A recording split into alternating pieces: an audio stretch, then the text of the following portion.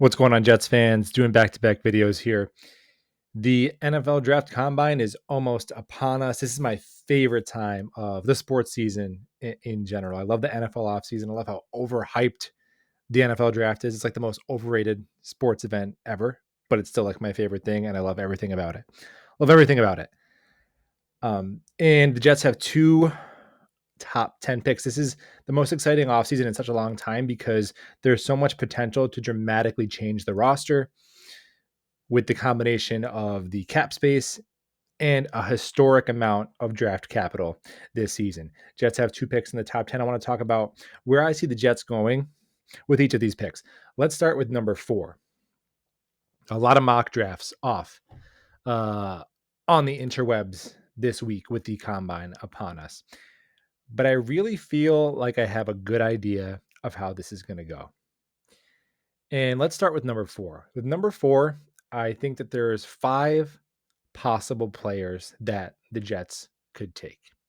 That is one of the 2 top offensive linemen in Neal and Ekwonu, or one of the top 3 edge rushers. You might be thinking 3.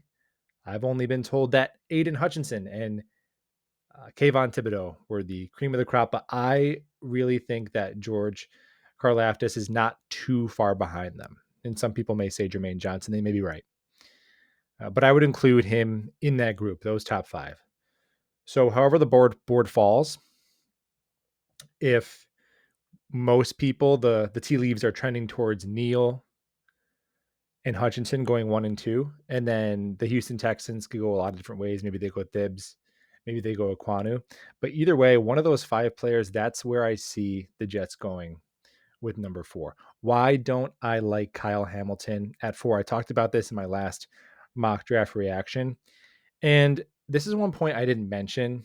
I talked about Kyle Hamilton, the player, and the need for other positions and the value at each position, but also drafting a safety at 4. Doesn't that just feel like such a Jets thing to do? Like such an old Jets thing to do?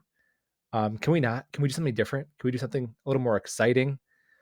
Yeah, it just feels like something that the Jets would do. That when we've had top picks, it seems like a defensive player who is really hyped as like maybe the second or third best player in the class falls to us at 5 or 6 or 10, and then we have to take them because it's really good value.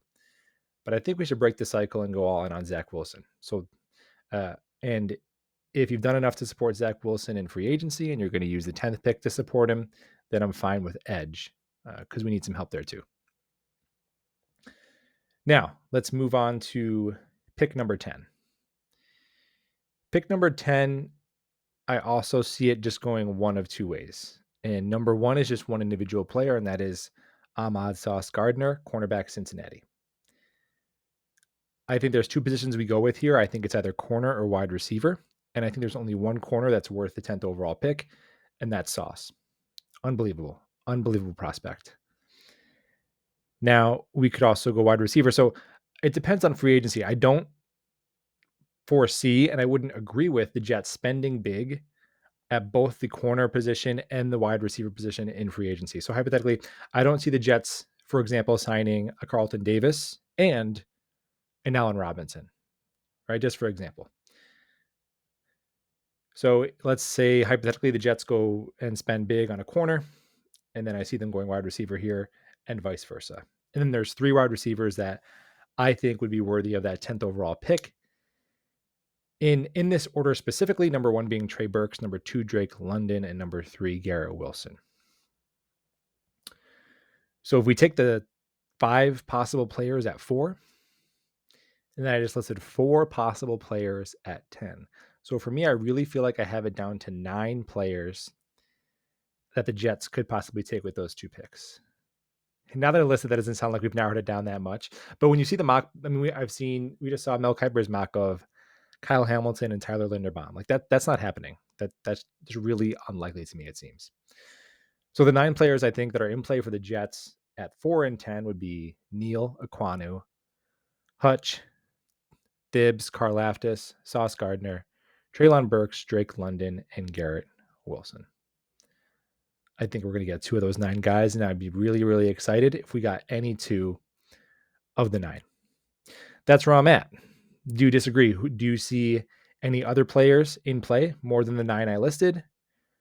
Any of these 9 guys I listed that you would scratch off your draft board for the New York Jets at 4 and 10? Let me know, and go Jets.